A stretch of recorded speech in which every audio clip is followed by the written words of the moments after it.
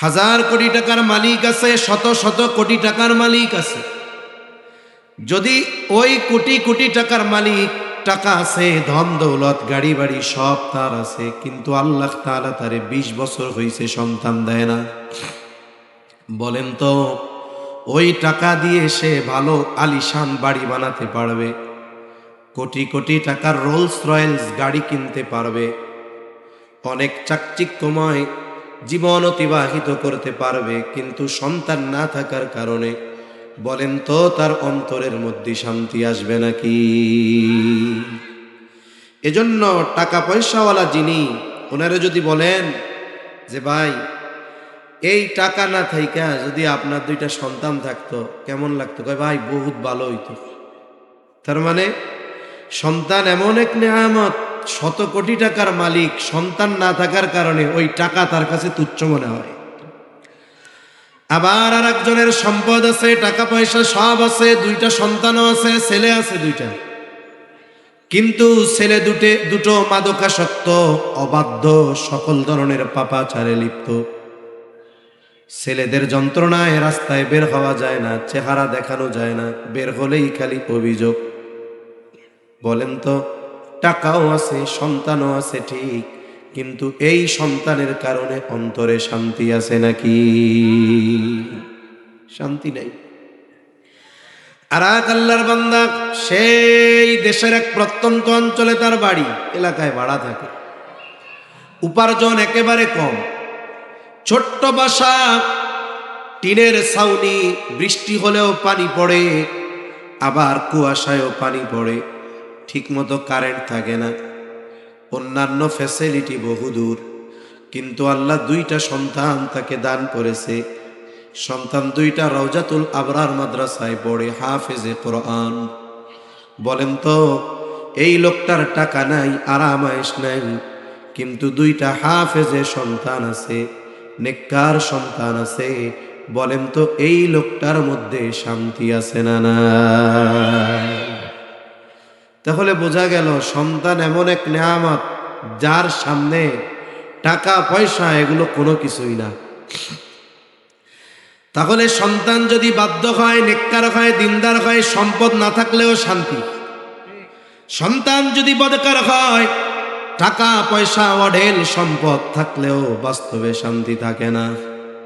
শুধু তাই না, একটা উত্তম জাতি গঠনে অবশ্যই অবশ্যই একটা মানুষের অবদান আছে। যেই জাতির মানুষ যত ভালো, ওই জাতি তত সুন্দর, সুশৃঙ্খল। এজন্য আমরাও যদি আগামীতে এক আদর্শ জাতি চাই, এই জাতি গঠনে ব্যক্তির ভূমিকা, সন্তানদের ভূমিকা। এই জন্য আগামীতে যদি এক উত্তম জাতি চাই, শান্তিময় দেশ চাই, আমাদের সন্তানগুলোকেও ইসলামী আদর্শের উপরে গড়ে তোলা দরকার আছে না না? এজন্য সন্তান আল্লাহর পক্ষ থেকে নেয়ামত, সাথে সাথে এটা একটা আমানত। শুধু নেয়ামত না, সাথে সাথে কি, জোরে কোন? আমানত। এজন্য এই নেয়ামত দেওয়ার সাথে সাথে এই আমানত প্রতিপালনের পদ্ধতি ইসলাম আমাদেরকে শিক্ষা দিয়েছে। একজন মুমিন, ইমানদার, এই সন্তান তার কাছে আল্লাহর পক্ষ থেকে আমানত। তাহলে বলেন তো এই সন্তানের ব্যাপারে যা ইচ্ছা তাই সিদ্ধান্ত নেওয়ার ক্ষমতা ওই মা বাবার আছে? নাই, এটাই বাস্তব। নাই, দুনিয়াতেই তো থাকে না। সন্তানের পরিস্থিতি কি হয়? আমি যেখানে তারাবির নামাজ, জুমা পড়াই, আমাদের তারাবির হাফেজ সাহেব, উনি এখন অনলাইনে বাংলাদেশ থেকে আমেরিকাতেও পড়ানো যায়। তো উনি এক ফ্যামিলিতে পড়ান। তা ওই ফ্যামিলি বাংলাদেশে, ফ্যামিলি রক্ষণশীল, দিনদার, সব ঠিক আছে, ভালো। অনেকে বলে ভাই দিন যেটুক মানি, ইউরোপ আমেরিকায়ও এরকম দিন মানা যায়। যারা এখন গেছে এরা মোটামুটি মানলো, কিন্তু নেক্সট জেনারেশন এটা মোটামুটি অসম্ভব। কেন? আপনি তো ওই দেশে গেছেন 45-50 বছর বয়সে, এদেশের লেখাপড়া শেষ করে গেছেন। আপনি সন্তানরা নিয়ে গেছেন, আপনি নামাজি, দাড়ি আছে, টুপি আছে, সব ঠিক আছে, কিন্তু আপনি আপনার ছেলেকে গিয়ে মেয়েকে গিয়ে ওই দেশে পড়াবেন, ওই দেশের কারিকুলামে, যেখানে সমকামিতা, ট্রান্সজেন্ডার, জেনা ব্যভিচারের অবাধ শিক্ষা আপনার সন্তান পাবে। আপনি যে নামাজি, আপনার সন্তান নামাজি হবে এর কোনো নিশ্চয়তা নাই। এদেশে জেনারেল শিক্ষায় যদি এমন কোনো কিছু ইনক্লুড করার, অন্তর্ভুক্ত করার অপচেষ্টা করে যেটা ইসলামের সাথে সাংঘর্ষিক, আমরা সাধারণ মুসলমান না বুঝলেও আমাদেরকে উলামায়ে কেরাম সতর্ক করেন। আমরাও মসজিদে মসজিদে জুমার দিন সতর্ক করি, ইমানদার মুসল্লিদেরকে নিয়ে তীব্র আন্দোলন গড়ে তুলি। দেখা যায় যে আমাদের শিক্ষা ব্যবস্থায় ওই অনইসলামিক কর্মকাণ্ড ইনক্লুড তারা করতে তো পারেই না, বরং বাদ দিতে বাধ্য হয়। ঠিক কিনা বলেন? 92% মুসলমানের দেশে আমাদের স্কুলগুলোতে প্রায় 65,000 গানের শিক্ষক নিয়োগ দেওয়ার এক অপচেষ্টা চলতেছিল। গানের শিক্ষক নিয়োগ দিবে, অথচ কোনো মুসলমানের জন্য গান শেখা জরুরি তো নাই, বরং আরো গুনার কাজ। ঠিক কিনা বলেন? ইমানদারদের এই বিশ্বাস যে গান শেখা এটা গুনার কাজ, অথচ গুনার কাজ শেখানোর জন্য শিক্ষক নিয়োগ দেওয়া হচ্ছে। স্কুলের বেতন এগুলো দেওয়া হয় এই 92% মুসলমানের ট্যাক্সের টাকা থেকে। ঠিক কিনা? আপনি বলতে পারেন আমার তো টিন সার্টিফিকেট নাই, আমি ট্যাক্স দেই কেমনে? ওরে ভাই, সাবান একটা কিনেন, ওইখানে ভ্যাট আছে না? সাবান কোম্পানি কি শ্বশুরবাড়ির থেকে আয় না টাকা দেয়, না আমাদের থেকে নেয়? প্রত্যক্ষ বা পরোক্ষভাবে প্রত্যেকটা প্রোডাক্ট কিনতে গিয়ে আপনি গভর্নমেন্টকে ভ্যাট দেন। এই টাকাগুলোই তো স্কুলে দেওয়া হয়। আপনি মুসলমান, আপনার কষ্টার্জিত টাকা দিয়ে আপনার ছেলেকে গান শেখাবে, নাচ শেখাবে, এটা যার মধ্যে ন্যূনতম ঈমান আছে সে সহ্য করতে পারবে? দরকার কি ছিল? এই 65,000 কোরআন শিক্ষার জন্য শিক্ষক নিয়োগ দেওয়া দরকার ছিল। জরুরতে দিন একজন মুসলমানের জন্য যতটুকু দিন শেখা ফরজ, ওই স্কুলে শেখানোর জন্য শিক্ষক নিয়োগ দেওয়ার দরকার ছিল, কিন্তু আফসোস নাই। তা আমাদের দেশে উল্টাপাল্টা হলে তো আমরা মোটামুটি প্রতিবাদ করি, কিন্তু ইউরোপ আমেরিকায় তো এ সুযোগ নাই।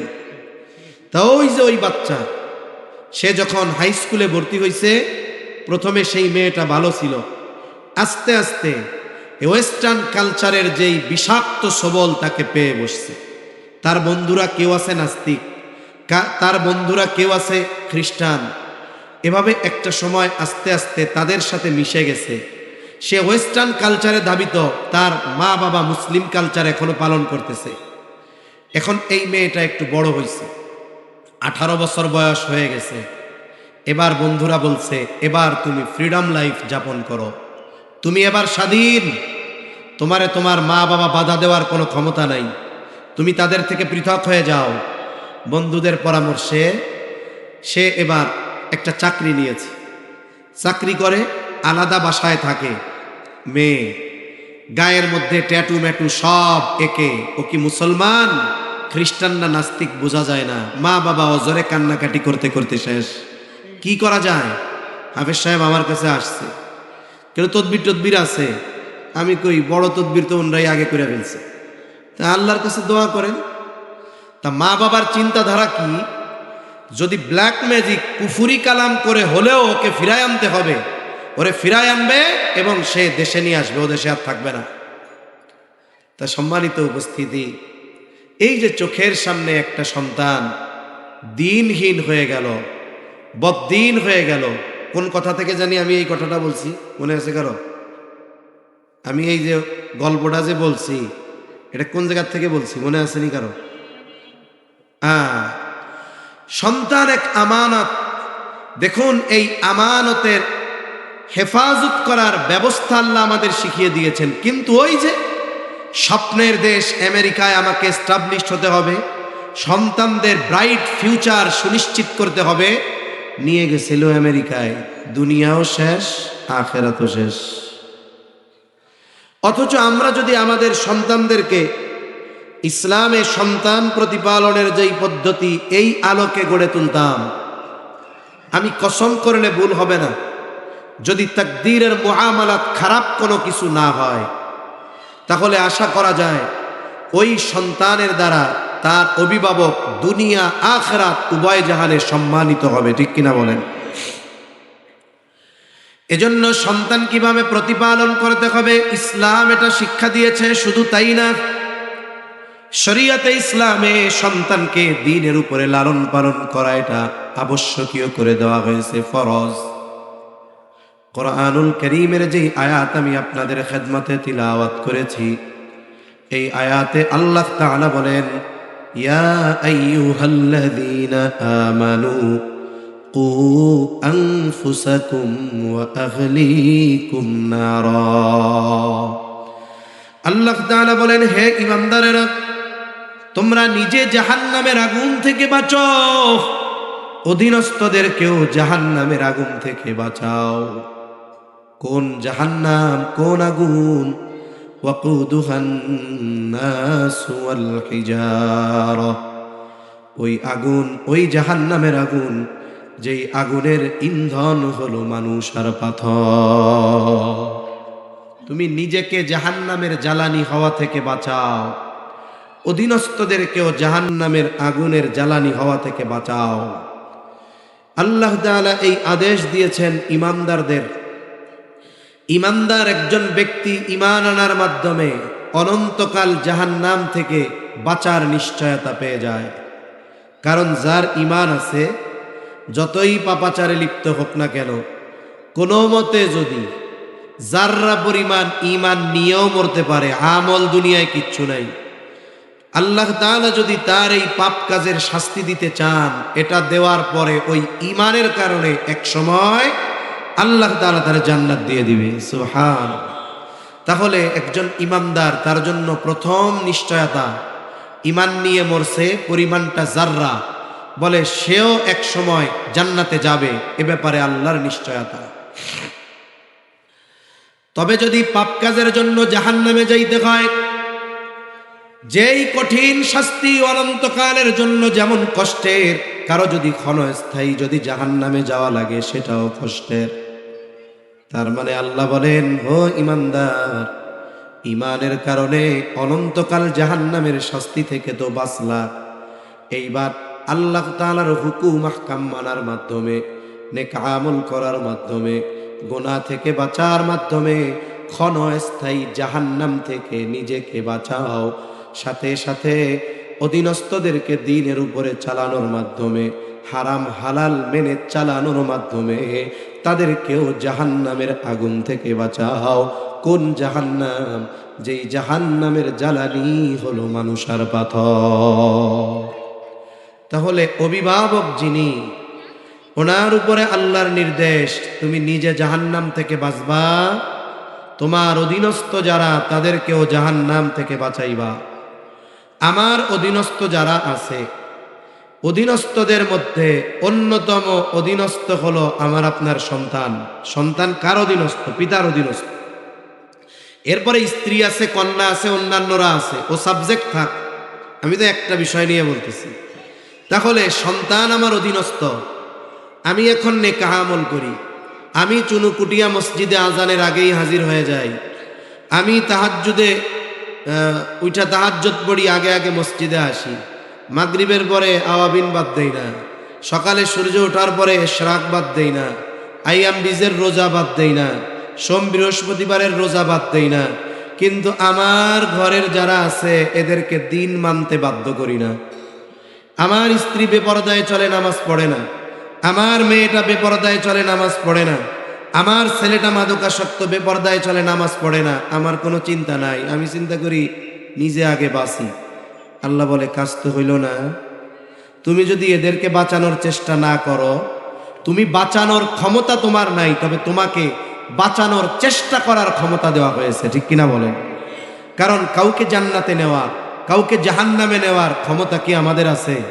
তবে দেওয়ানবাগির ছিল। এটা কইতো না, এর বলা কয়, আমার কাছে বাপ, আপনার এমন পীরের দরবারে এসেছেন, আপনি যখন মরবেন তখন ফেরেশতা সওয়াল জবাব করার আগে আপনার এই বাবা গিয়ে বলবে, খবরদার এর প্রশ্ন করবি না, ও আমার লোক। নাউজুবিল্লাহ। এরা আমার মনে হয় অ্যাডিক্টেড, মাদকাসক্ত। নাইলে ইসলাম সম্পর্কে ন্যূনতম নলেজ যারা আছে সে কি এই ধরনের কথা বলে নাকি? তা দুনিয়ার কারো ক্ষমতা নাই কেউ কাউকে জাহান্নাম থেকে বাঁচাতে পারে। যদি আল্লাহ তাআলা এই ক্ষমতা কাউকে দিত, নবী রাসূলদেরকে দিত, তাহলে হযরত নূহ আলাইহিস সালাম তার সন্তানকে বাঁচাতে পারতেন। হযরত লূত আলাইহিস সালাম তার স্ত্রীকে আল্লাহর আযাব থেকে বাঁচাতে পারতেন।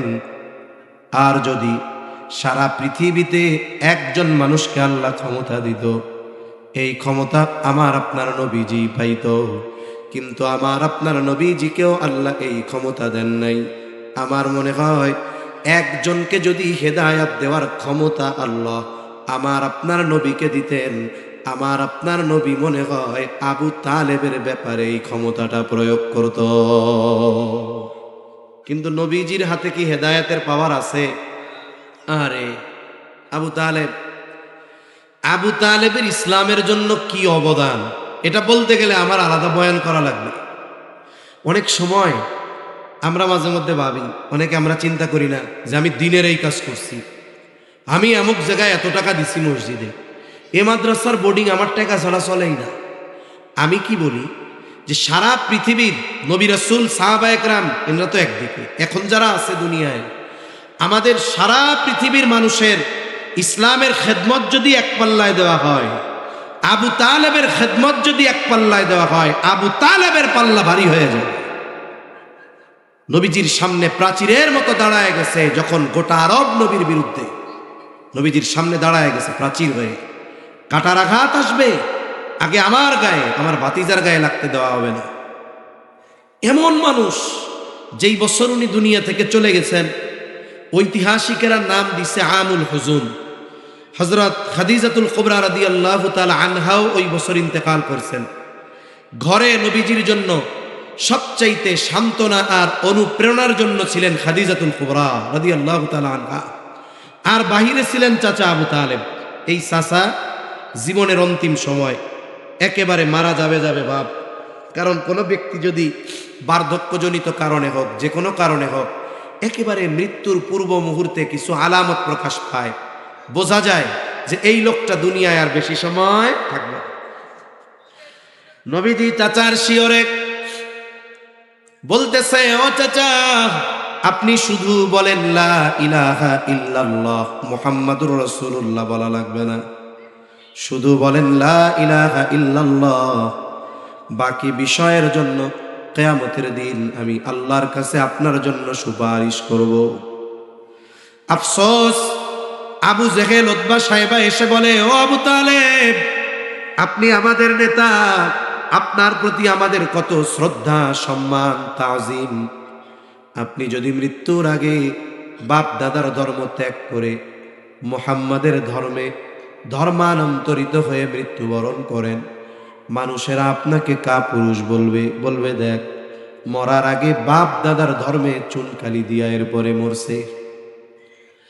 নসিব বড় খারাপ, আবু তালেবের কালিমা নসিব হলো না, দুনিয়া থেকে চলে গেল। আমার আপনার নবীজি জানে আমার চাচা আমাকে যত মোহাব্বত আর ভালোবাসুক না কেন, কাজ হবে না। মনটা বড় খারাপ, চাচার জন্য মায়া। আর আল্লাহ তাআলা বলেন, ইন্নাকা লা তাহদি মান আহবাবতা ওয়ালাকিন্নাল্লাহা ইয়াহদি মান ইয়াশা। আল্লাহ তাআলা বলেন, ও হাবিব, আপনি যাকে ভালোবাসেন আপনি চাইলেই তাকে হেদায়াত দিতে পারবেন না। ওয়ালাকিন্নাল্লাহা ইয়াহদি মান ইয়াশা, বরং আল্লাহ তাআলা যাকে চান তিনি তাকে হেদায়াত দেন। এটা বাস্তব। আপনি চেষ্টা করতে পারবেন ছেলেকে দিন শেখানো, দিনের উপরে চালানো, মেয়ের ব্যাপারে চেষ্টা করতে পারবেন, কিন্তু সফল হবেন না বিফল হবেন, এই ফলাফল যার হাতে তিনি কে? আল্লাহ। ওই যে নূহ আলাইহিস সালাম চেষ্টা করছে কিন্তু হেদায়াত নসিবে নাই, কাজ হয় নাই। নবীজি চেষ্টা করছে, চাচার হেদায়াত নাই, কাজ হয় নাই। লূত আলাইহিস সালাম চেষ্টা করছে, স্ত্রীর হেদায়াত নাই, কাজ হয় নাই। আমার আপনার চেষ্টা করতে হবে, চেষ্টায় ত্রুটি থাকা যাবে না। আমি সব পন্থা অবলম্বন করছি, লাইনচ্যুত হয়ে গেছে। কিয়ামতের দিন আল্লাহ যেমন নূহ আলাইহিস সালামকে জিজ্ঞাসা করবে না কেন আপনার ছেলে ঈমানদার হইল না, জিজ্ঞাসা করবে না কেন? কারণ উনি ওনার চেষ্টা সব করছে, কিন্তু হেদায়েতের মালিক কে? আল্লাহ। লূত আলাইহিস সালামকে জিজ্ঞাসা করা হবে না যে আপনার স্ত্রী বাঁচাইতে পারলেন না কেন, উনি তো চেষ্টা করছে, কিন্তু হেদায়েতের মালিক, সেজন্য জিজ্ঞাসা করা হবে না, কারণ ওনারা ওনাদের চেষ্টায় কোনো ত্রুটি রাখেন নাই। এজন্য আল্লাহ আমার আপনার চেষ্টা দেখবে। আল্লাহ বলল যে অধীনস্থদেরকে জাহান্নাম থেকে বাঁচাও, বাঁচানোর চেষ্টা করো। এই চেষ্টা আমি কতটুক করলাম, এই চেষ্টার উপরে কিয়ামতে আমার আপনার বিচার হবে। যদি চেষ্টায় ত্রুটি না থাকে, সন্তান লাইনচ্যুত, আল্লাহ বলবে না বান্দা হইল না কেন, কারণ আল্লাহই তো বলছে হেদায়েত আমার হাতে, তুমি চেষ্টা করতে পারো। তবে আমি আর আপনার চেষ্টার মধ্যে ত্রুটি বিচ্যুতি, আমি আপনি সন্তানদেরকে দিন শেখানোর চেষ্টা করি নাই, দিনের উপরে প্রতিপালন করি নাই। এখন আমি মাদ্রাসার সভাপতি, মসজিদের সেক্রেটারি, কবরস্থানের ক্যাশিয়ার, ঈদগার প্রধান উপদেষ্টা। আমাদের দেশে কিছু লোক মনে করে অপরাধ, চুরি বাটপারি যা করি, মসজিদ, মাদ্রাসা, কবরস্থানের ঈদগার দায়িত্ব পাইলে মোটামুটি জান্নাত কেটে গায়। কিছু লোকের ভাবসাব এরকম না? এই জন্য দেখবেন এই পদগুলো নিয়েও মারামারি। অথচ দ্বীনি প্রতিষ্ঠানে সদস্য কমিটি হওয়ার প্রথম শর্ত থাকবে দিনদার। সুদখোর, ঘুষখোর, বেনামাজি দ্বীনি প্রতিষ্ঠানগুলোর পরিচালনার দায়িত্ব নিতে পারবে না।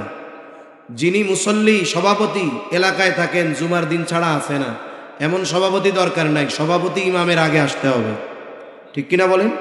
এটা ছিল জরুরি। এটা কি ছিল? জরুরি। কিন্তু নসিব আমাকে খারাপ, কিছু করার নাই। আল্লাহ চাইলে পরিবর্তন হতে পারে। যেই মালিক 17 বছরের প্রতাপশালী এক ক্ষমতাধর লেডিকে মুহূর্তের মধ্যে দেশ ছাড়া করে দিতে পারে, সুদখোর, ঘুষখোর, বেনামাজি মসজিদের দায়িত্বে আছে, এগুলা সরাইতে আল্লাহর টাইম লাগবে? তাহলে একটু খাস করে দোয়া করেন আল্লাহ যেন ওইরকম পরিবেশ করে দেয়।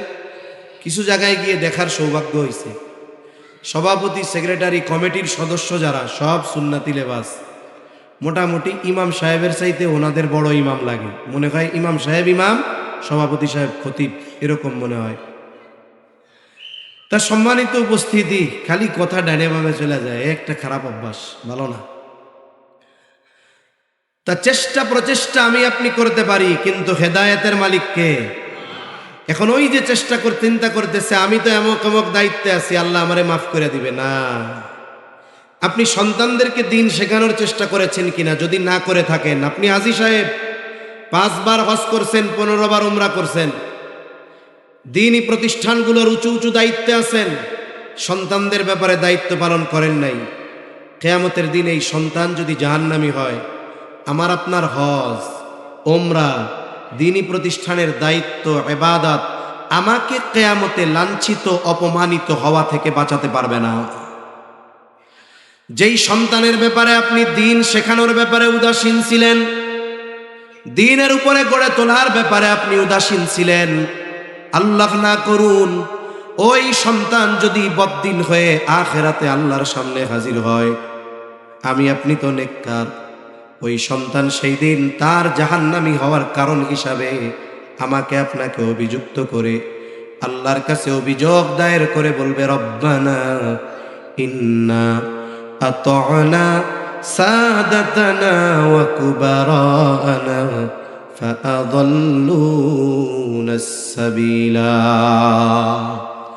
বলবে, ও রব, আজকে আমি পথভ্রষ্ট জাহান্নামী হওয়ার জন্য আমার বড়রা, নেতারা, অভিভাবকরা দায়ী। সন্তান বলবে, আমার বাবা দায়ী। রব্বানা আতিহিম দি'ফাইনি মিনাল আযাব। ও রব, আমার এই বাবার আযাব আপনি দ্বিগুণ করে দেন। ওই দিন সন্তান আমার আপনার বিপক্ষে আল্লাহর কাছে অভিযোগ দায়ের করবে। এজন্য ভাই, নিজে আমল করার সাথে সাথে, গুনাহ থেকে বাঁচার সাথে সাথে আমার আপনার সন্তানদেরকেও দিন শেখানো, দিনের উপরে গড়ে তোলার দরকার আছে না? আমাদের জন্য ফরজ। কারণ এই নির্দেশ কার? জোরে বলেন, আল্লাহ। সাথে সাথে নবীজিও বলেন, কুল্লুকুম রাঈনা ওয়া কুল্লুকুম মাসউলুনা আন রাঈয়াতিহি। নবীজি বলেন, তোমরা প্রত্যেকেই দায়িত্বশীল, প্রত্যেককে তার দায়িত্বের ব্যাপারে জিজ্ঞাসা করা হবে। রাষ্ট্রপ্রধানকে রাষ্ট্রের ব্যাপারে জিজ্ঞাসা করা হবে, বাড়ির অভিভাবক যিনি তাকে তার অধীনস্থদের ব্যাপারে জিজ্ঞাসা করা হবে। অধীনস্থদের মধ্যে অন্যতম সন্তান। নবীজি কেমন যেন জানায় দেন, ও দুনিয়ার অভিভাবক পিতা, তুমি তোমার সন্তানদের ব্যাপারে দ্বীনি দায়িত্ব কতটুকু পালন করেছো, এই ব্যাপারে যার সামনে জিজ্ঞাসার কাঠগড়ায় দাঁড়াতে হবে তিনি কে? এখন আমি সন্তানরে ভালো খাওয়াইছি, ভালো পড়াইছি, আল্লাহ জিজ্ঞেস করবে কি খাওয়াইছিলা? জিজ্ঞাসা করবে কোন শোরুম থেকে পোশাক আইনা পরাইছিলা? ইসলামপুর থেকে জাপানি টরে আইনা পাঞ্জাবি বানাই দিছিলা? আল্লাহ এগুলো জিজ্ঞাসা করবে? কিছু জিজ্ঞাসা করবে না। এগুলো জিজ্ঞাসা হবে দ্বীনের ব্যাপারে। কতটুকু সন্তানদের দ্বীন শিখাইছিলা, এগুলো জিজ্ঞাসা হবে। এই আলোকে যত শিক্ষা আছে এই হাদিসের মধ্যে একটা, যে অভিভাবকদের জন্য পরকালে ওই জবাবদিহিতা থেকে যদি বাঁচতে হয়, সন্তানদেরকে দ্বীনের উপরে গড়ে তুলতে হবে। ইসলামের পরিভাষায় এটাকে বলে সন্তানের তারবিয়াত, দ্বীনের উপরে গড়ে তোলা। আমরা তো ভালো খাওয়া, ভালো পড়ানো, ভালো স্কুলে দেওয়ার ব্যাপারে যতটা পরিমাণ চিন্তিত, দ্বীন শেখানোর ব্যাপারে ওই পরিমাণ চিন্তিত আমরা নই। অথচ উচিত ছিল এইটার ব্যাপারে সর্বোচ্চ চিন্তিত থাকা। কারণ আল্লাহ রসুলের নির্দেশ, আখেরাতে বাঁচার উপায়, নাইলে দুনিয়াও শেষ, আখেরাতও শেষ। চাটা কিছু আছে একটু দিও, যদি চা থাকে, পানি না। এখন এই সন্তানের তারবিয়াত, এটা চলমান এক প্রক্রিয়া। এই তারবিয়াত শুরু হবে কখন? অনলাইনে অনেকের জানা থাকতে পারে, অনেক অভিজ্ঞ এক্সপার্ট আছে, তারা প্যারেন্টিং কোর্স করায়। তার মানে সন্তান প্রতিপালনের কোর্স হয় অনলাইনে। এক একটা কোর্স 20, 30, 40 হাজার টাকাও নেয়। ব্যক্তির পপুলারিটি বা তার অবস্থা বুঝে 2-3 মাসের কোর্স করবে, ডেলি 1 ঘন্টা, সপ্তাহে 5 দিন, 3 মাসে 40,000 টাকা। কি ট্রেনিং? বলে বাচ্চা কাচ্চা লালন পালন করার ট্রেনিং। আমাদের দাদি নানিরা, ওনাদের স্লোগান কিন্তু 2টার বেশি না একটা হলে, 2টার বেশি নয় একটা হলে ভালো হয়, এই স্লোগান ছিল না। ওনাদের কারো কারো আছে সন্তান 1 ডজন। 1 ডজনে কয়টা? এখন তো 12টা, এর বেশিও আছে বাচ্চা কাচ্চা। অথচ ওনাকে পোলাপান পালার ট্রেনিং করা লাগে না। কারণ তখন একটা দ্বীনি পরিবেশ ছিল, দ্বীনি আবহাওয়া ছিল, চাকচিক্যময় এত ছিল না। সবচেয়ে বড় রহমত ছিল যে মোবাইল আর ইন্টারনেট ছিল না। এই গজব যদি ওই জামানায় থাকতো, ওগুলাও টেডি হয়ে যেত। এখন এই ট্রেনিং করায়, সন্তান প্রতিপালনের ট্রেনিং, ভালো বানানোর ট্রেনিং। অথচ কোরআন হাদিসে সন্তান প্রতিপালনের পদ্ধতি আছে না নাই? জোরে বলেন, আছে না নাই? তারা মনে করে সন্তান দুনিয়ায় আসবে, দুধ পান ছাড়বে, একটু বড় হবে, ক্লাস 1 ভর্তি হবে, এরপরে দ্বীন শেখানো, দ্বীনের তারবিয়াত শুরু হবে। কিন্তু না, সন্তান প্রতিপালন এটা একটা চলমান প্রক্রিয়া। সন্তানের তারবিয়াত এটা একটা চলমান প্রক্রিয়া। এজন্য সন্তান এর তারবিয়াত সন্তান দুনিয়ায় আসার পরে শুরু হয় এমন নয়, বরং সন্তান দুনিয়ায় আসার বহু আগে সন্তানের তারবিয়াত শুরু হয়ে যায়। বিবাহ মানুষ কেন করে? অনেকগুলো উদ্দেশ্য আছে। এক উদ্দেশ্য গুনাহ থেকে বাঁচার জন্য, সব ধরনের গুনাহ থেকে। আর একটা অন্যতম উদ্দেশ্য নেক সন্তান। এখন এক যুবক বিয়া করবে, ওরে বলা হইল, দেখ তোমার মেয়েটা দেখতে সুন্দর, বাবার একমাত্র মেয়ে, চুনুকুটিয়ার মধ্যে 3টা বাড়ি আছে, একমাত্র মেয়ে, দেখতে সুন্দর, টাকা পয়সাও আছে, বংশও ভালো। কিন্তু দোস্ত, এই মেয়েটার একটা শারীরিক সমস্যা, জীবনে মা হইতে পারবে না। এখন ও চিন্তা করবে, এক বাবার এক মেয়ে বিয়ে করতেছি, আমার তো দ্বিতীয় বিয়ে করতে গেলে জীবন থাকবে না। বুঝেন নাই? আর যেই মেয়ে এর সন্তানও হবে না, ও বলবে ভাই গরিব একটা মাইয়ার লগে বিয়া দে, তাও ভালো, যার বাচ্চা কাচ্চা হবে না দরকার নাই, আমি মারা যাওয়ার পরে গ্রামের ভাষায় বলে আমার বংশের বাতি জ্বালানোর লোক যদি না হয় সাথে বিয়া কইরা লাভ কি? ঠিক কিনা বলেন? তার মানে কি, বিবাহের যত উদ্দেশ্য আছে এর মধ্যে অন্যতম একটি উদ্দেশ্য হলো নেক সন্তান। অন্যতম একটি উদ্দেশ্য হলো নেক সন্তান। এখন নেক সন্তান যদি চাই, একজন কলা গাছ লাগাইতেছে, কি গাছ? একটু কথা কোন জবাব দিয়েন, কি গাছ? কলা গাছ। কঠিন প্রশ্ন না, এই হলো আপনাদের হুহা নেওয়া। আমি জিজ্ঞাসা করলে জবাব দিলে আমি বুঝবো যে না আপনারা মোটামুটি তাজা আছেন, এখনো মারা যান নাই। কলা গাছ লাগাইতেছে, এক মুরব্বী জিজ্ঞাসা করে কলা গাছ লাগাইতেছ কি করবা? কয় কলাও খামু, বড় হইলে ফার্নিচারও বানাবো। কলা গাছের কলা খাওয়া যাবে, ফার্নিচার হবে? কিছুই হবে না। তার মানে আপনার যদি উদ্দেশ্য নেক সন্তান হয়, তাইলে কলা গাছের গোড়া দিয়ে কাঁঠাল গাছ বের হয় না, কলা গাছের গোড়া দিয়ে স্বাভাবিক প্রক্রিয়া যেটা আম গাছ বের হয় না। তাইলে মা যদি বদকার হয়, ওই জায়গা থেকে নেককার সন্তান বের হয় না। তাইলে নেক সন্তান চাইলে এক নাম্বার কি দরকার? নেককার মা দরকার। আধুনিক গবেষণা কি, যে একটা বাচ্চা ছেলে হোক আর মেয়ে হোক, সে তার ক্যারেক্টার গঠন হয় এর 90% সে তার মায়ের থেকে পায়। কেন? মার পেটে থাকে, মার দুধ খায়, মার সাথে থাকে 6 বছর পর্যন্ত, 7 বছর 8 বছর পর্যন্ত মার কাছেই থাকে। বাবা কি করতে পারে?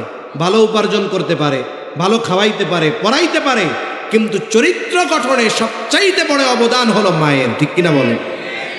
এই যে আজকে আমাদের সকলের প্রিয় এক ব্যক্তিত্ব মাহমুদুল হাসান সাহেব, শাইখুল হুফাজ, এই আয়োজনটা মনে করেন বয়ান শুরু হয়েছে বাদ জুমা থেকে, কথার কথা এই মাইকওয়ালা ভাইরা ওনারও যদি জুমার সময় মাইক টাইক গাড়িতে নিয়ে হাজির হইতেন, প্যান্ডেল যারা বানাইছে ওরা যদি জুমার নামাজের পরে বাস টাস নিয়ে হাজির হইতো, বলেন তো মাগরিবের পরেও বয়ান শুরু করা সম্ভব হইতো?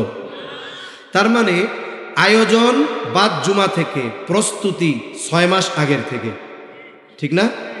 একদিনের আয়োজন সফল করার জন্য প্রস্তুতি নেওয়া লাগতেছে কত আগের থেকে।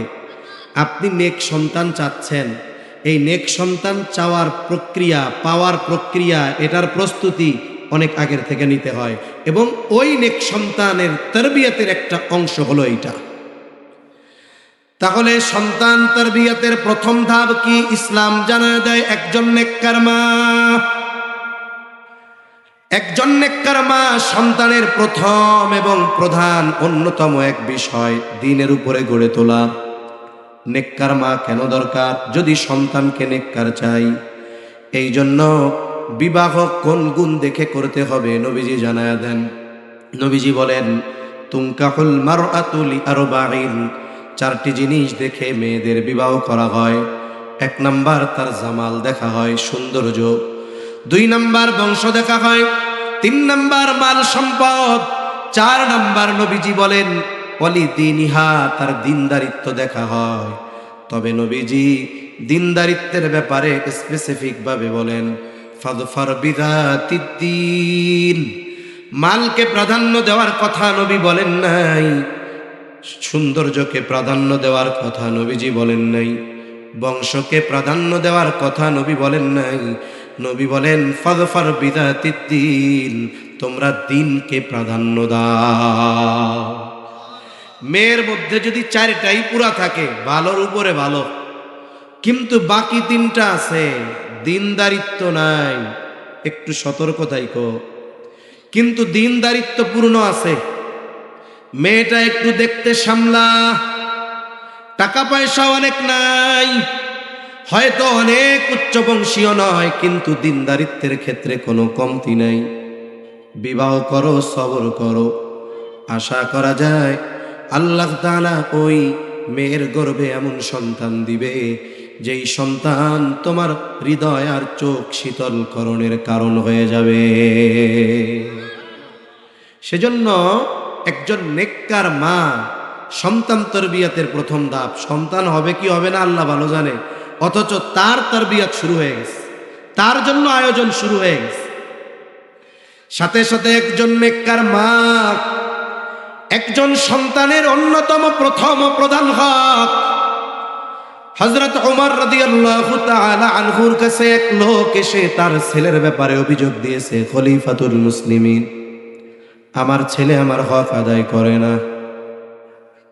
এইবার ছেলেটারে হযরত ওমর ধরছে রাদিয়াল্লাহু তাআলা, এই যুবক, কি ব্যাপার, তুমি তোমার বাবার হক আদায় করো না কেন? ছেলেটা পাল্টা প্রশ্ন করতেছে, খলিফাতুল মুসলিমিন, হক কি শুধু পিতা সন্তানের কাছে পায়? সন্তান কি পিতার কাছে কোনো হক পায় না? হযরত ওমর রাদিয়াল্লাহু তাআলা আনহু এই যুবকের প্রশ্নের জবাবে মৌলিক কয়েকটা হকের কথা বলেছেন। তার মধ্যে এক নম্বরে তিনি বলেন, প্রত্যেকটা সন্তানের তার পিতার কাছে প্রথম হক হলো একজন নেককার মা। তাহলে নেককার সন্তানের আশা যে করবে, সে কি সৌন্দর্য প্রাধান্য দিবে, সম্পদ বংশ প্রাধান্য দিবে, দিনদারিত্বকে প্রাধান্য দিবে? কেন? তার তো উদ্দেশ্য আমার একটা দিনদার সন্তান দরকার, এজন্য দিনদার মা। এখন কেউ যদি এগুলোকে প্রাধান্য না দিয়ে অন্যগুলারে দেয়, বলে সে তাহলে অনাগত সন্তানের হক নষ্ট করে বসে আছে। এবার সে দিনদার একজন মেয়েরে বিবাহ করছে। এখন স্বামী স্ত্রী দুইজন মিলা আল্লাহর কাছে তাহাজ্জুদের জায়নামাজে নেক সন্তান চেয়ে দোয়া করবে। আল্লাহ তাআলা আম দোয়া শিখাইয়া দিছে, নেক বিবি, নেক সন্তান চাওয়ার দোয়া আল্লাহ শিখাইয়া দিছে। রব্বানা হাবলানা মিন আজওয়াজিনা ওয়া যুররিয়াতিনা কুররাতা আ'য়ুন ওয়াজআলনা লিল মুত্তাকিনা ইমামা। এই দোয়া জানা আছে সবার? আরে এটা বিবাহিত অবিবাহিত, যার বাচ্চা হইছে বা না হইছে, যুবক বিয়া করে নাই, সবার জন্য এই দোয়া হলো আম। কি দোয়া? ও রব, আমারে এমন স্ত্রী সন্তান দেন যারা আমার চক্ষু শীতলকরণের কারণ হবে, আমারে মুত্তাকিনদের ইমাম বানায়া দেন। এই দোয়া তো আম দোয়া। তবে আল্লাহ তাআলা স্পেশাল ভাবে সন্তান চাওয়ার দোয়া আল্লাহ শিখাইয়া দিয়েছেন। আর আল্লাহ তাআলার কাছে নেক সন্তান চেয়ে দোয়া করা, এটা ইব্রাহিম আলাইহিস সালাম সহ আরো নবী রাসূলের আমল। ইব্রাহিম আলাইহিস সালামকে যখন নমরুদের অগ্নিকুণ্ডে ফেলায় দেওয়া হয়েছে, আল্লাহ এখান থেকে হেফাজত করছে। উনি তখন সিরিয়ায় হিজরত করতেছেন, বয়স অনেক হয়ে গেছে, 80 কোটায় বয়স। তখন কি মন চায়? একজন বৃদ্ধ বাবা, অনেক টাকা পয়সার মালিক, ঘরে পড়া, অসুস্থ, টাকা পয়সা তখন মন চায় না। তখন কি মন চায়? আরে একটা ছেলে যদি থাকতো, আমার যখন একটু ডাক্তারের কাছে যাওয়া দরকার নিয়ে যাইতো, একটু বাইরে তার ঘাটটা ধরে আমি একটু হাঁটতে পারতাম। বার্ধক্যে মানুষ যখন উপনীত হয়, নেক সন্তানের কত প্রয়োজনীয়তা সে অনুধাবন করতে পারে, কিন্তু জুয়ানকালে পারে না। এই জন্য আইএলএম শিখায় না, এই জন্য ডাক্তার বানায়, ইঞ্জিনিয়ার বানায়। যখন ওনাকে বৃদ্ধাশ্রমে থুইয়া ওনারা আমেরিকা ইউরোপে বৈশা মাস্তি মারে, তখন বলে জীবনে ভুল করছি, যদি বোলাগুলারে একটু আলেম বানাইতাম খুব ভালো হইতো। এটা তো আপনার দুনিয়ায় শুরু হয়েছে, আখেরাতে কি আছে আল্লাহ ভালো জানে। আল্লাহু আকবার। ইব্রাহিম আলাইহিস সালাম ওই হিজরতে সফরে দোয়া করছে। আর হাদিসের মধ্যে আসছে, মুসাফিরের দোয়া আল্লাহ কবুল করে। আরো তো পয়গম্বর, পরীক্ষায় উত্তীর্ণ এক নবী খলিলুল্লাহ দোয়া করছে, রব্বি হাবলি মিনাস সালিহিন, রব আমাকে একটা নেককার সন্তান দান করেন। দোয়া কবুল হয়ে গেছে। আল্লাহ তাআলা জবাব পাঠায় দেন, ফাবাশশারনাহু বিগুলামিন হালিম। আল্লাহ তাআলা বলেন, আমি তাকে একজন সহনশীল সন্তানের সুসংবাদ দিলাম। হালিম, সহনশীলতা। হালিম হলো সে, সহনশীলতা এমন এক গুণ যার মধ্যে অন্যান্য সব ভালো গুণ পাওয়া যায়। সে হয় সবের, সে হয় শাকের, সে হয় জাকের, সে হয় আবেদ, সে আল্লাহ রসুলের সর্বোচ্চ আনুগত্যশীল হয়। এই ধরনের যত ভালো গুণ আছে সব তার মধ্যে আছে। এই সন্তান হয়েছে 86 বছর বয়সে, কোনো কোনো মুফাসসির বলেন ৮৬ বছর বয়সে আল্লাহ সন্তান দিছে। অনেক সময় বিয়া করছে ২০-২২ বছর, বাচ্চা কাচ্চা হয় না, ২৫ বছরের মাথায় একটা বাচ্চা হয়েছে, ইতিমধ্যে দাড়ি চুল কিছু পাইকা গেছে। এখন এই যে অনেক বয়সে যাদের বাচ্চা হয় দেখবেন ওই ছেলে মেয়ের অনেক মহব্বত করে, ভালোবাসে, ঠিক না? উল্টাপাল্টা করলেও তেমন কিছু কয় না। এমন একজন কয়, কি রে এই বেটার পোলাটা এত উল্টাপাল্টা করে কেন? আর একজন কয়, পোলারে অনেক মহব্বত করে রে। কয়, এত মহব্বত পোলা বানরে করার দরকার আছে নাকি? আর একজন কয়, বুড়া কালে হয়েছে তো এই জন্য বেশি মায়া লাগে। বলে না এরকম যে অনেক দিন পরে হয়েছে, বিয়ার ২৫ বছর পরে হয়েছে, এই জন্য মায়া করে, মহব্বত করে। ইব্রাহিম আলাইহিস সালাম সন্তান পেয়েছেন ৮৬ বছর বয়স। আল্লাহ তাআলা এই সন্তান যখন বাবার সাথে চলার উপক্রম হয়েছে, কঠিন এক পরীক্ষা নিচ্ছেন ইব্রাহিম আলাইহিস সালামের। আল্লাহ তাআলা বলেন, ফালাম্মা বালাগা মাআহুস সাইয়া ক্বালা ইয়া বুনাইয়া ইন্নী আরা ফিল মানামি আন্নী আযবাহুকা ফানজুর মাযা তারা। ওই সন্তান যখন বাবার সাথে চলার উপক্রম হয়েছে, আল্লাহ তাআলা পয়গম্বর ইব্রাহিম আলাইহিস সালামকে স্বপ্নে দেখাইতেছেন তিনি তার সন্তানকে স্বহস্তে নিজ হস্তে জবাই করতেছেন। নবী আলাইহিমুস সালামের স্বপ্ন এটা ওহী। তার মানে ওহী হলো কার নির্দেশ? জোরে কোন। ইব্রাহিম আলাইহিস সালামের প্রতি আল্লাহর নির্দেশ। বলেন তো, সুস্পষ্ট নির্দেশনা আসার পর যেই কাজের জন্য আসছে, যেই বিষয় আল্লাহর নির্দেশ, ওই নির্দেশ বাস্তবায়ন করার জন্য কারো পরামর্শ আর আলোচনার দরকার আছে নাকি?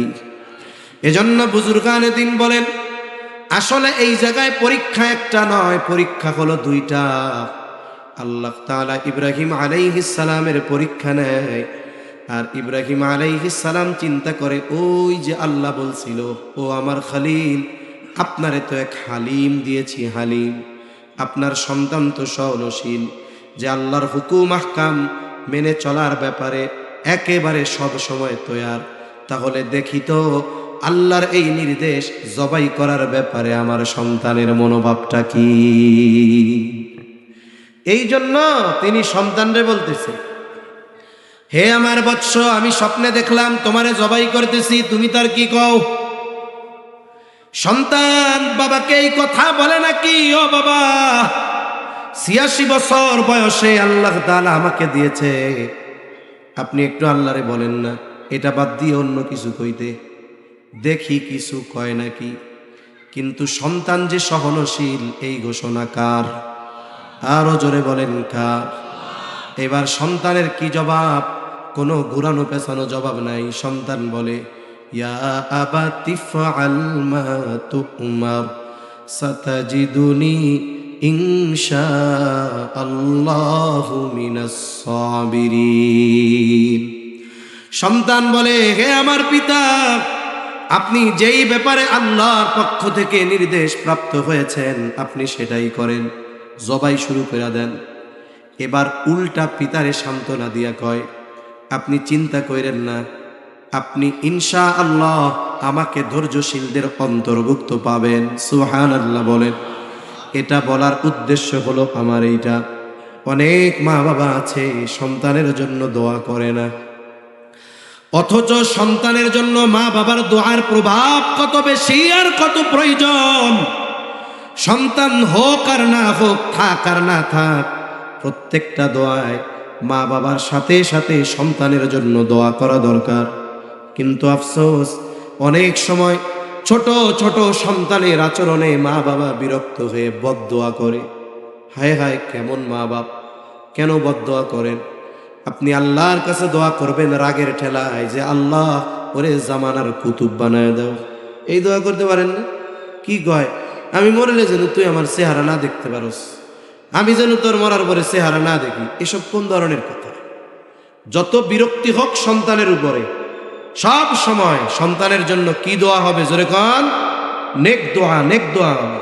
সন্তান হয় নাই তাও দোয়া চালাবেন। কেন? দোয়ার প্রভাব। ইব্রাহিম আলাইহিস সালাম যখন নেক সন্তান চাইছে আল্লাহর কাছে, সন্তান ছিল, দোয়া কবুল করার পরে আল্লাহ সন্তান দিছে, তাই না? কেমন সন্তান? আল্লাহ বলে হালিম, সহনশীল। সব ধরনের গুণ এর মধ্যে আছে। এখন কেমন গুণ? বলে ওই যে ইব্রাহিম আলাইহিস সালামের দোয়ার ফসল তো ইসমাইল আলাইহিস সালাম, তাই না? এখন এই দোয়া যে করছে সন্তানের উপরে প্রভাব কেমন? বলে ওই ছোট বাচ্চা আল্লাহর আদেশে পিতার ছুরির নিচে যাইতে কোনো দ্বিধাদ্বন্দ্বের মধ্যে পড়ে নাই। ইব্রাহিম আলাইহিস সালামের দোয়ার ফসল কি? যে সন্তান খুশি খুশি মনে ছুরির তরে চলে গেছে। আর আমাদের দোয়া নাই, এই জন্য সন্তানরে ডাইনে যেতে গেলে বামে যায়, বামে কইতে ডাইনে যায়, দাঁড়াইতে করলে শুয়ে পড়ে। আছে না নাই?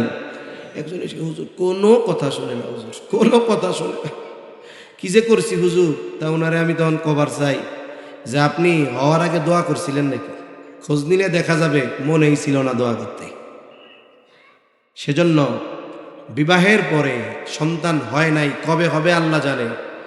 এই সময়টাতেও নেক সন্তান, সন্তানের জন্য নেক দোয়া করা, এটা সন্তান তরবিয়তের অন্যতম একটি বিষয়। কারণ বিবাহ কেন করছি? উদ্দেশ্য নেক সন্তান, আর এটা চাইতে হবে কার কাছে?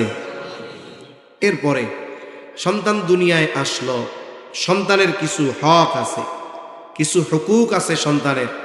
মনে রাখবেন, দোয়া হলো এমন এক জিনিস, সারা পৃথিবী যদি বলে আপনার হবে না, দোয়ার মাধ্যমে আল্লাহর কাছ থেকে যদি পাশ করানো যায়, সেই বিষয়টাও বাস্তবায়ন হয়ে যায় কি যায় না? এজন্য অনেকে আছে অসুস্থ, ডাক্তার বলছে বাচ্চা কাচ্চা হবে না, পুরুষ অসুস্থ, বলে আপনার সন্তান হওয়ার জন্য যা দরকার নাই, আপনারা জীবনে মা বাবা ডাক শুনতে পারবেন না, কিন্তু দুনিয়ার ডাক্তার বলতে পারে।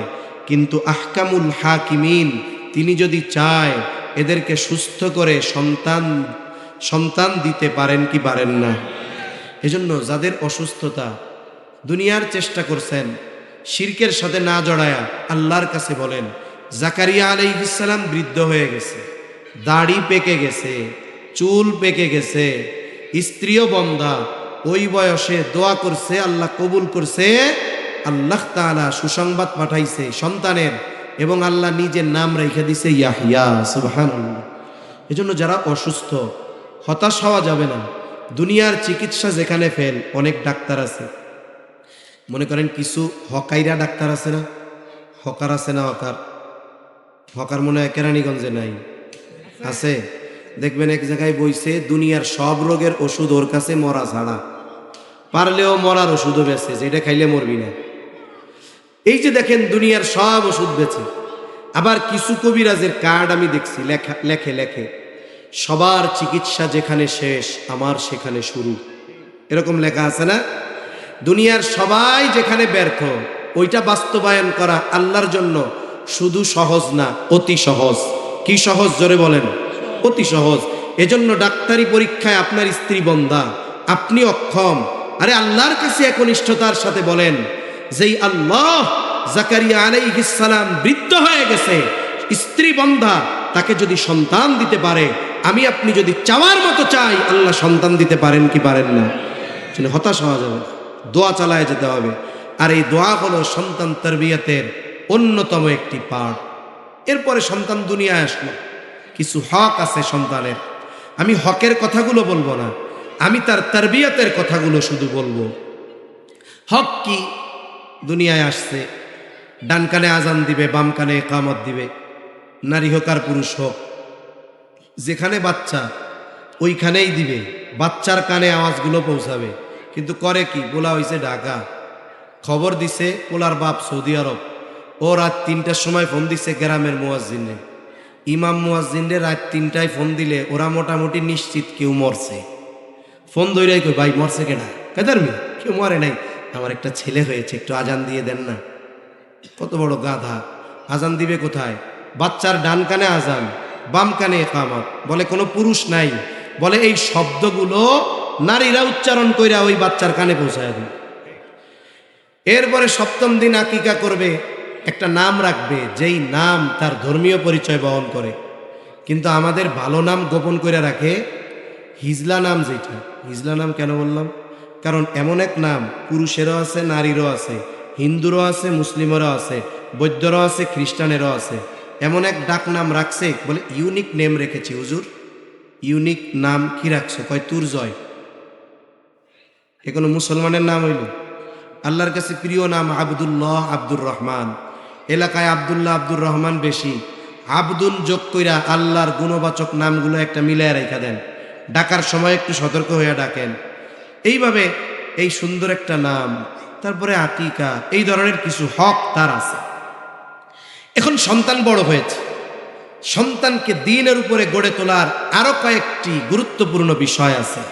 এক নাম্বার, দুনিয়ায় আসার পরে, বড় হওয়ার পর, এক নাম্বার সন্তানকে ঈমান আর তাওহীদের শিক্ষা দিতে হবে। দুই নাম্বার, সন্তানকে উত্তম চরিত্রের আলোকে গড়ে তুলতে হবে।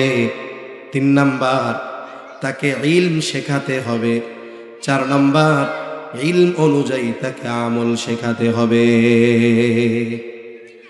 যদিও এই 6টা বিষয়ের 2টা আমি আপনি নিজে পারবো, কারণ বিবাহের সময় যারা বিবাহ করে নাই দিনদারিত্বকে প্রাধান্য দিয়ে বিবাহ করবে, এরপরে আল্লাহর কাছে নেক সন্তান চাইবে।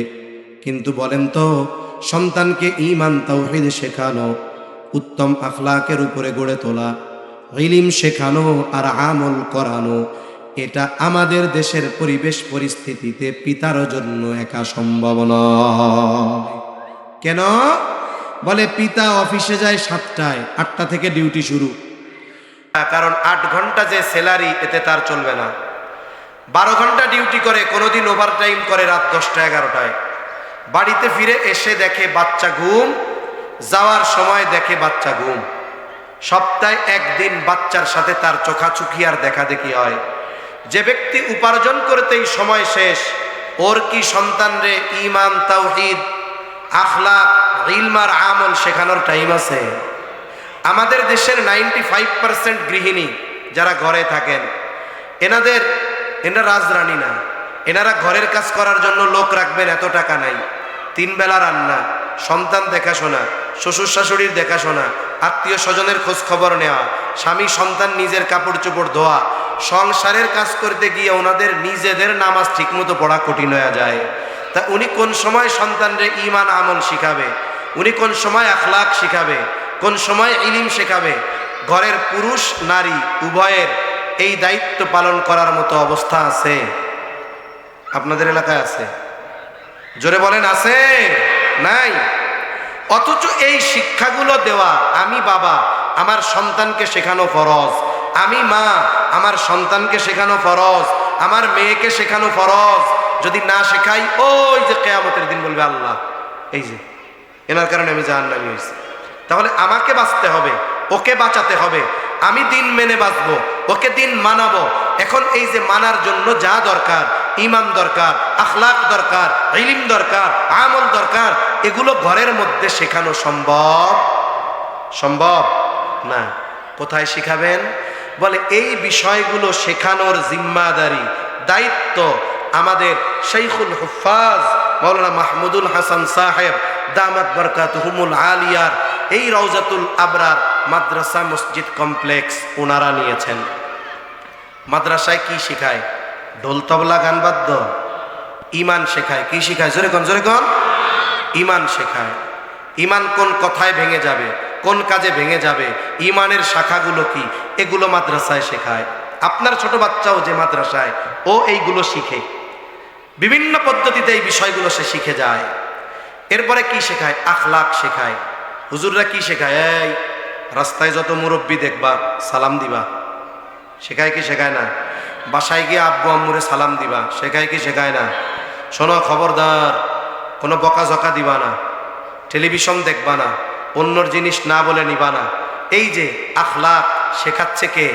মাদ্রাসা। আমি শেখাইতে পারতেছি না, আমি ইনকাম করতেছি, মা রান্না করে খাওয়াচ্ছে, কাপড় ধুয়ে দিচ্ছে, কিন্তু শেখানোর টাইম নেই।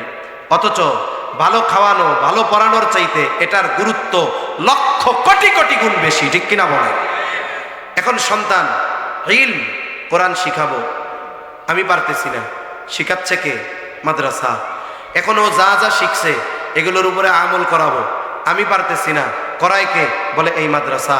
তাহলে আমার আপনার উপরে যেই কাজ ছিল ফরজ, আমার আপনার জন্য আবশ্যকীয় ছিল যেই কাজ, এর দায়িত্ব নিয়েছে এই রওজাতুল আবরার মাদ্রাসার মতো মাদ্রাসাগুলো, ঠিক কিনা বলেন? এজন্য আমাদের কাজ কি? যে হুজুর তাইলে কি ছেলেটারে ডাক্তার বানাইতে চাইছিলাম, বানাবো না? বানাবেন তো। এই 4 বিষয় শেখান। আপনার ছেলে 5 বছরই মাদ্রাসায় পড়বে, আপনার ছেলে 5টা বছর পড়বে, ইমান শেখা হবে, আখলাক শেখা হবে, আমল শেখা হবে, ইলিম শেখা হবে, তার ভিত মজবুত হলো। এবার তারে ডাক্তার বানান, ইঞ্জিনিয়ার বানান। আল্লাহর কসম, ও ডাক্তার হবে, ডাকাত হবে না। আল্লাহর কসম, ও ইঞ্জিনিয়ার হবে, রডের বদলে বাঁশ দিবে না। তাহলে কি হবে? বলে ও দিনদার ডাক্তার হবে, দিনদার ইঞ্জিনিয়ার হবে। আমাদের সমাজে ডাক্তার, ইঞ্জিনিয়ার, উকিল সব তো দরকার, তবে একটু আরেকটা ডিগ্রি দরকার, দিনদার দরকার, ঠিক কিনা বলেন? তাহলে ও দিনদার হবে। ও আপনার দুনিয়ায় আপনি ওর কারণে মানুষের কাছে সম্মানিত হবেন, আর আখেরাতে ও যদি হাফেজ হয়, আলেম হয়, সাথে ওইগুলাও হয়, আপনি আমি তেমন কিছু না। দেইখা কোরআন পড়তে গেলে মুখ জিব্বা বাঁকা হয়ে যায়, কিন্তু ওই হাফেজে কোরআন বাবা হওয়ার কারণে কিয়ামতের ময়দানে আল্লাহ সম্মানিত করবে, ঠিক কিনা বলেন? এজন্য আমরা আমাদের সন্তানদের দ্বীনের উপরে গড়ে তুলব। তো এর দ্বারা আপনি যে মনে করতেছেন শুধু আখেরাতে লাভ, না না, এ সন্তান আপনার দুনিয়া আখেরাত উভয় জাহানের সম্পদে পরিণত হবে। আল্লাহ সুবহানাহু ওয়া তাআলা আমাদের সকলকে আমাদের সন্তানদের দ্বীনের উপরে গড়ে তোলার তৌফিক দান করেন। এর ফলশ্রুতিতে আগামীতে এক সুন্দর দেশ, সুন্দর জাতি, এগুলো তো সুন্দর হবে, আমাদের দুনিয়া আখেরাত সুন্দর হবে ইনশাআল্লাহ। আল্লাহ সুবহানাহু ওয়া তাআলা কথাগুলো বুঝবার তৌফিক দান করেন, আমিন। ওয়া আখিরু দাওয়ানা আনিল হামদুলিল্লাহি রাব্বিল আলামিন। আসসালামু আলাইকুম ওয়া রাহমাতুল্লাহি ওয়া বারাকাতুহু।